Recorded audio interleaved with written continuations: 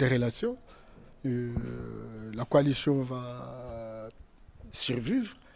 Hier, les amis de l'INC qui sont allés voir le président ont été convaincus que cette coalition doit vivre et survivre parce que ce n'est pas un problème entre les membres de la coalition, c'est plutôt un problème entre la personne de Vitel qui a eu à gérer, n'est-ce pas, les programmes de 100 jours et la justice. Donc c'est un problème judiciaire, ce n'est pas un problème de méfiance, c'est un problème de contradiction entre les membres de la coalition. Et donc le président de la République, tous les membres du CACH, nous soutenons et nous encourageons naturellement le président Caméré qui aujourd'hui est en mesure, n'est-ce pas, de prouver à l'opinion tant nationale qu'internationale qu'il a des éléments et contrairement à ce que d'aucuns pensent, donc il n'a fait que son travail. Donc nous entendons cela, sincèrement nous entendons cela.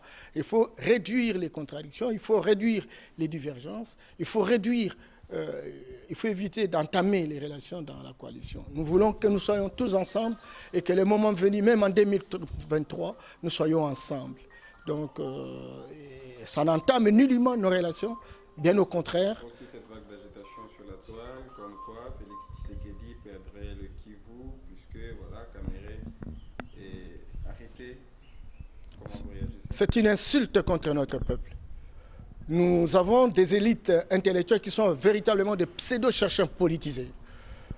Comment pouvez-vous, quelqu'un qui a été à l'université, qui est responsable d'un parti, et qui croit que lorsqu'il est dans une province, et cette province ne pourra que choisir les hommes, les ressortissants de cette province. Ce n'est pas croyable. J'ai entendu que Félix a perdu le Kivu, parce que... Or, le Félix n'est pas en difficulté, n'est pas en problème avec Caméré. Félix a perdu le Katanga parce que c'est Katumbi. Félix a perdu l'ex-Équateur, c'est parce que Bemba. Félix a perdu Kinshasa, j'allais dire l'ex-Léopoldville parce que c'est Fayoulou, etc. Mais c'est quelle bassesse à la zaïroise. Comment pouvons-nous créer des partis politiques qui ne peuvent véritablement s'évaluer qu'en fonction de leur offre politique, de leur horizon politique, de leur projet politique?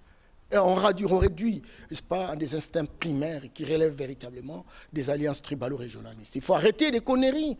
Sortons des ghettos, sortons des déclarations incantatoires. Allons dans le sens de vouloir construire notre pays en tenant une torche qui éclaire l'avenir. C'est comme ça qu'on va relever le défi. Et le vrai défi, c'est de lutter contre la pauvreté de notre peuple. Peu importe la couleur, peu importe les sexes, peu importe la région, peu importe la tribu. Vive la République.